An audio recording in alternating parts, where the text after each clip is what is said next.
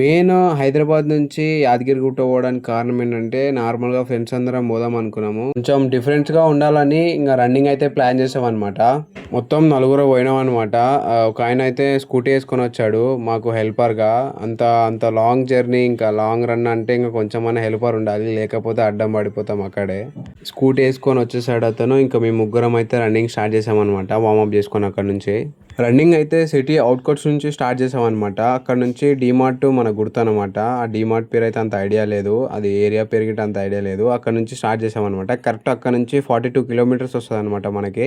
Long run plan చేసినప్పుడు water, fruits అవన్నీ తీసుకెళ్ళాలన్నమాట. ఎందుకంటే సమ్మర్ సీజన్ కాబట్టి డీహైడ్రేట్ అయిపోతాం అనమాట.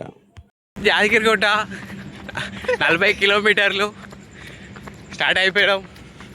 అడిగిపోయిన తర్వాత మళ్ళీ వీడియో వేస్తా.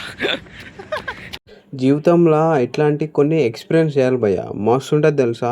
ఏం ఫీల్ ఉందంటే సిటీ అవుట్కట్స్ నుంచి యాదగిరిగుట్ట పోయే రూట్లో ఆ వెదరు, ఆ అట్మాస్ఫియరు, నా జిందగీలో మర్చిపోలేని రోజు అంటూ ఏదైనా ఉంది అంటే అందులో ఇదొకటి.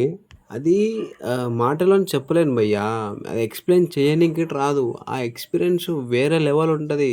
అది ఎలా చెప్పాలో నాకు అర్థం కావట్లేదు. అసలుకి ఆ సిచ్యువేషన్లో నేను ఉన్నది ఒకసారి ఊహించుకుంటుంటే అసలుకి నా నోట్ నుంచి నాకు మాటలు రావట్లేదు. అసలు నీకు ఎలా ఎక్స్ప్లెయిన్ చేయాలి, కానీ లిటరల్లీ చెప్తున్నా, వేరే లెవెల్. మళ్ళీ ఒకసారి అలారం కొట్టు లైన్లో. Right right right right. నాకు తెలిసి అలాంటి ఫ్రెండ్స్ ఉండడం నా అదృష్టమో లేకపోతే నాది ఆపర్చునిటీ నాకైతే అర్థం కాదు. కానీ నాతోని అయితలేదు అంటే, లేదురా బాయ్ నీతోని అవుతుంది ఉరుకు అనే ఒక మోటివేషన్ ఇస్తాడు. అట్లాంటి దోస్తులు దొరికారు నాకు. నేను 20 కిలోమీటర్స్ వరకే ఉరికా అనమాట. ఎప్పుడు ఇంత 42 కిలోమీటర్స్ అయితే ఉరకలేదు. ఎప్పుడైతే 30 కిలోమీటర్స్ దాటామో ఇంకా అప్పటి నుంచి చుక్కలు కనిపించాయి. నరసింహస్వామి ప్రత్యక్షం అయిపోయాడు. 5 kilometres completed, 10 kilometres completed. 10 kilometre 5 kilometre ఎవడన్నా కొడతాడు. 40 కిలోమీటర్ కొట్టేవాడికి ఒక రేంజ్ ఉంటుంది. ఓపిక, సహనం, పట్టుదల, కసి అవన్నీ కలుపుకొని కొడితే తప్ప సాధించలేరమ్మా. నైట్ 4 అవుతుంది. పైన రోడ్డు మీద ముగ్గురం తప్ప ఎవరం లేము. అదిరా మొగతలం. మేము ఏం చేసినామంటే ఎల్లుండి ఇంకా లాంగ్ రన్ పోవాలి యాదగిరిగుట్ట 40 కిలోమీటర్స్ అనే ముంగడ. మేము ఈరోజు అయితే ఏం చేసాము, 10 కిలోమీటర్స్ స్పీడ్, అంటే స్పేస్ మెయింటైన్ చేసుకుంటే 10 కిలోమీటర్స్ కంప్లీట్ చేసామన్నమాట. అందుకే కొంచెం సింపుల్గా అయిపోయింది.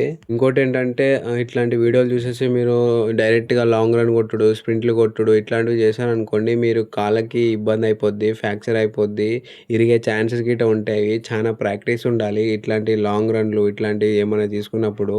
మంచి డైట్ ఉండాలి, మంచి ఫుడ్ తీసుకోవాలి, ఎక్కువ ప్రాక్టీస్ చేయాలి. లేకుండా డైరెక్ట్ వచ్చి ఇట్లాంటివి డిసిషన్ తీసుకున్నారు అనుకో, చాలా డేంజర్ అనమాట. మీకు డౌట్ రావచ్చు, బ్రో మీరు అంత లాంగ్ ఎట్లా కొట్టారు, ఎలా చేశారు అంటే, వచ్చాయి బ్రో, స్ట్రగుల్స్ పడ్డాము, నీళ్ళలో వచ్చింది, మజిల్స్ పిక్కలు పైకి ఎక్కాయి. నాకైతే మన కాఫ్ బోన్ అయితే బీభత్సంగా నొప్పి లేచింది. ఎందుకంటే 20 కిలోమీటర్స్ మన ఎక్స్పైర్. తర్వాత అయితే ఎప్పుడు ఉరకలేదు, వాంతులు బి వేసుకున్నాం మధ్యలో. నాతోనే కాదు, నాతోనే అవ్వదు, నేను చెయ్యలేను అనుకుంటే అది వేస్ట్రా భయ్. ఒక్కసారి వచ్చి చూడు, భయించోతి ఏడికైతే ఆడికి నువ్వు చచ్చిపోయినా పర్లేదు, గెలిచి చూపి భయించోతి. కానీ నైట్ పూట్లో ఏం కనిపించలేదు. ఎప్పుడైతే మేము అలాగే ముందుకు సాగుతున్నామో సూర్యుడు పైకి లేస్తున్నాడు, అప్పుడు వెదరు మొత్తం చుట్టుపక్కల సూపర్. అసలు పల్లెటూర్లు, చెట్లు, పొలాలు, గుట్టలు. దోస్తుగాడు అంటే బీర్లు తాగుదాం, కాటన్ బీర్లు లేపుదాం, తిరుగుదాం, పదరా బై, మొట్ట అమ్మాయిలతో చిల్ చేద్దాం, అట్లాంటి దాంట్లో పోటీ కాదురా బై. ముంగడ కూడా పోతుండు, వాడు దోస్తుగాడి గిట కాదు, జస్ట్ బస్సులో పరిచయం అయ్యాడు, జాయిన్ అయిపోయిండు. 20 km అయిపోయింది, నాతో అయితలేదు, భయించొద్దు. వాడు ఇంకా ముంగడ ఉరుకుతున్నాడు చూడు, ఒకసారి ఎట్లా చూపిస్తా చూడు, కనిపిస్తుందా? వానికి గుద్ద ఆడు పొట్టిపు కూడా మళ్ళా ఉరుకుతా ఉన్నాడు చూడు. నాతో అయితలేదు, సైడ్లో పెయిన్ వస్తుంది. 20 km కంప్లీట్ అయిపోయింది, అయినా కానీ ఆడు గీపప్ ఇస్తలేడు, మొడ్డ ఉరుకుతా ఉండు. అదిరా బాయ్ మోటివేషన్, అదిరా బాయ్ దోస్తానలా ఉండేది. ఫైనల్లీ అయితే ఇంకా 5 కిలోమీటర్స్ దగ్గరికైతే వచ్చేసాము.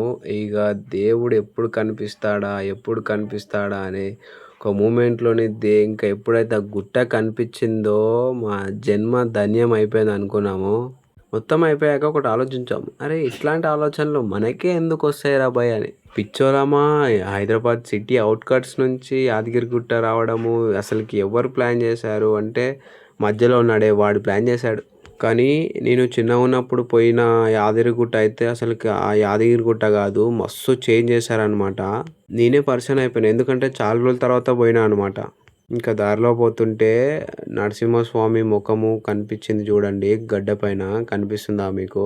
ఇంకా మేమైతే వెళ్ళేసి ఇంకా పక్కన గుండం ఉంటుంది. ఆ గుండంలో స్నానం చేసేసి నిలబడడానికి ఓపికనే లేదు. ఇంకా విఐపి దర్శనం తీసుకున్నాం అనమాట. 300 పర్ పర్సన్.